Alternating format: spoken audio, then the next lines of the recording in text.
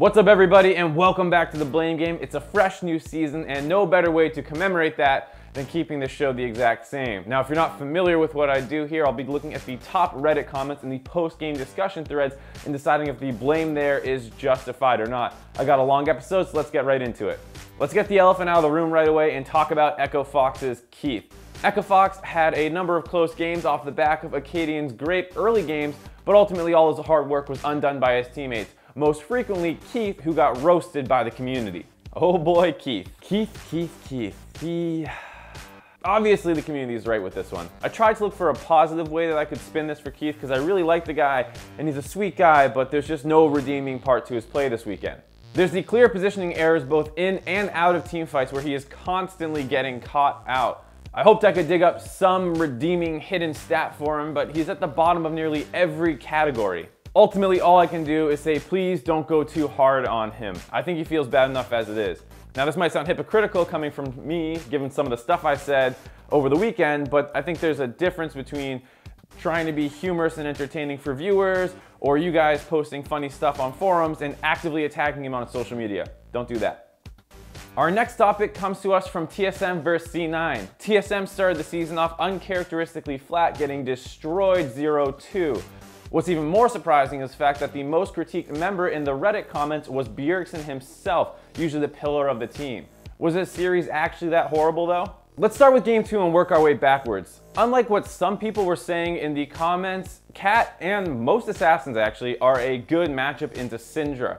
Sven makes a conscious effort to get Bjerg ahead by ganking his lane early and blowing the Syndra's flash, but Contracts appropriately reads the situation and gives a lot of jungle support to Jensen to stop him from getting repeat ganked and killed.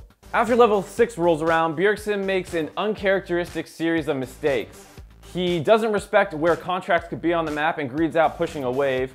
In this clip, it looks like he's already made his mind up that he wants to jump on Syndra regardless of bumping into Lee Sin, and he also has this play where he gets caught out in a side lane and dies. Overall, definitely a bad game for Bjergsen.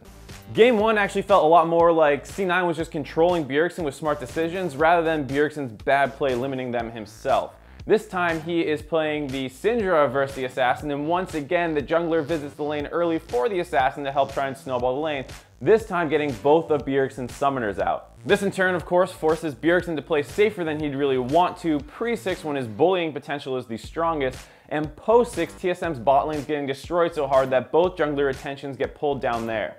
At 12 minutes into the game, more smart decisions from C9 limit Bjergsen's influence over the game. Contract shows bottom picking up first kill on Wild Turtle, which makes Bjergsen think he's safe to bait a 1v2 fight versus the Fizz, but fails to take the Shen ult into account.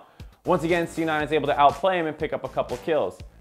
After the first blood and turret take bot lane, C9 puts their dual lane mid to 2v1 versus Bjergsen and continue to control the mid lane heavily.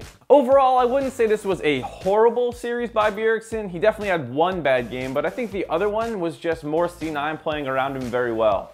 Moving on to yet another usually consistent superstar, I want to take a look at a slightly less talked about topic in ReignOver. Team Liquid as a whole struggled this weekend, with ReignOver arguably playing the furthest from his standard of play. Fans noticed this and wondered if this was the worst play we had ever seen out of him since he moved to the West. If you just look at KDA, it's not going to look too good, but when you do the eyeball test on where his deaths are coming from, it actually still looks pretty bad. A lot of these deaths are straight mechanical misplays or over-aggression in his decision making. That said, if you dig a little deeper, the old ReignOver is still there. He was top 3 in XP and gold differential at 10, clearly coming from his superb farming with his massive 16 CS differential. He showed that he likely still has some of the best pathing in NA, especially in Game 3 versus FlyQuest, where he put on a mini clinic versus Moon in the first 5 minutes of the game, leaving him with nothing to do. He still had decent gank awareness as well, often setting Lorlo up to get the small advantages he needs to take over the lane. Now this is pure speculation, but what I know of Piglet and based off the picks and the way he was playing the laning phase, it seemed like he might have been frustrated and been calling too much jungle assistance down to him.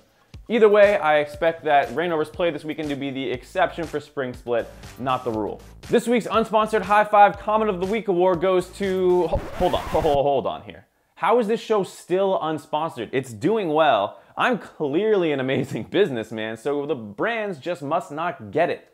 In lieu of a traditional brand sponsorship, I'm opening up the show to be sponsored by anybody for anything. You want to give a shout out to your mom and pop shop? I'll do it. You want to propose to your girlfriend somewhere public and don't want to do it at a baseball game? I'll do it on the show. You watching right now with $5 to spare, you want to make me say something stupid? Let me know by emailing me at themarkz@gmail.com. I'll put it in the description as well. There's no way that this idea ends badly. Moving on to the actual comment of the week, it goes to WFA19 for his response to a TSM fan claiming, "Oh no, we suck again," despite only losing to what is probably the best team in the league at this point. Listen, TSM fans, you have never sucked. You have made every single LCS split final since its inception. You have struggled during the regular season? Sure, every team has, but you have never been bad. So from every other team fan base out there to you, panicking TSM fans, shut up. That's gonna do it for this week's episode of The Blame Game. Looks like a lot of teams were struggling this week with coordination issues, so I'm really looking forward to see who can adjust the fastest to week 2. See you next time.